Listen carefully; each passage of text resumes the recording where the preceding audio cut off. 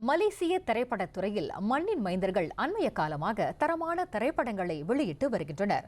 அந்த வரிசையில் குற்றப்புலனாய்வு கதை களத்துடன் சமூகத்திற்கு நல்ல கருத்துக்களை வெளிப்படுத்தும் ஒரு தரமான படைப்பாக அமைந்திருக்கும் இரும்பு தோட்டம் திரைப்படமும் ரசிகர்களின் கவனத்தை ஈர்க்கும் என்ற நம்பிக்கையை ஏற்படுத்தி இருக்கின்றது. AVLT புரொடக்ஷன் தயாரிப்பிலான இரும்பு தோட்டம் திரைப்படம் வரும் ஆகஸ்ட் 6ஆம் தேதி நாடு முழுவதும் திரையிட காண உள்ளது.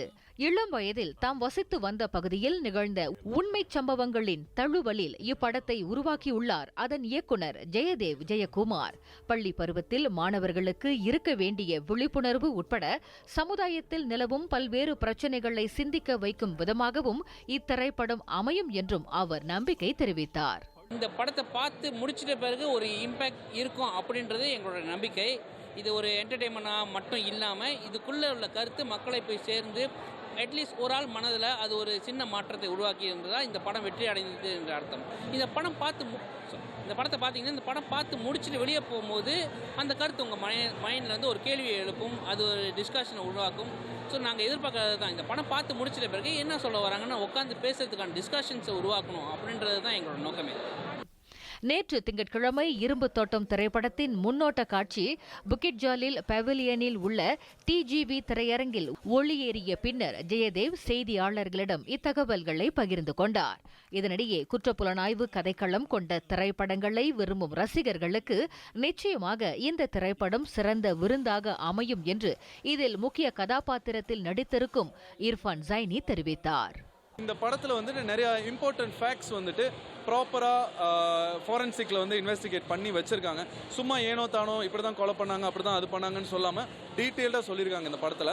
ஸோ ட்ரெய்லரை முதல்ல போய் பாருங்கள், இரும்பு தோட்டம் ட்ரெய்லர் பிடிச்சிருந்தா கண்டிப்பாக 6ஆம் தேதி படம் வெளியே வருது. உங்கள் ஃபேமிலியோடு வந்து பார்க்கலாம். சேஃப் தான்.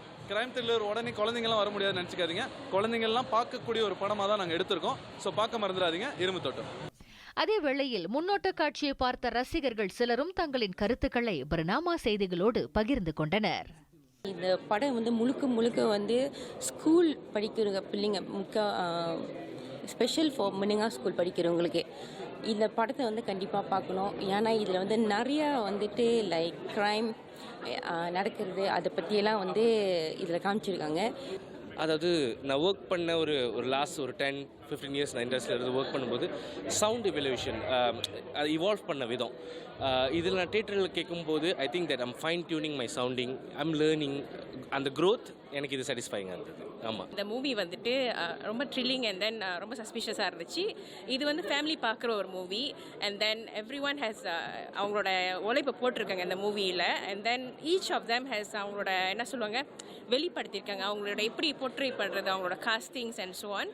ஏன்னா அவங்க வந்துட்டு நிறைய எஃபர்ட் போட்டிருக்காங்கன்னு தெரியுது. I think it's great attempt. Technical wise அவங்க எக்ஸ்பெரிமெண்ட் பண்ணியிருக்காங்கன்னு தெரியுது. ப்ளஸ் எனக்கு தெரிஞ்ச நிறைய பேர் இதில் வேலை செஞ்சுருக்காங்க. I think the BGM elevated the movie.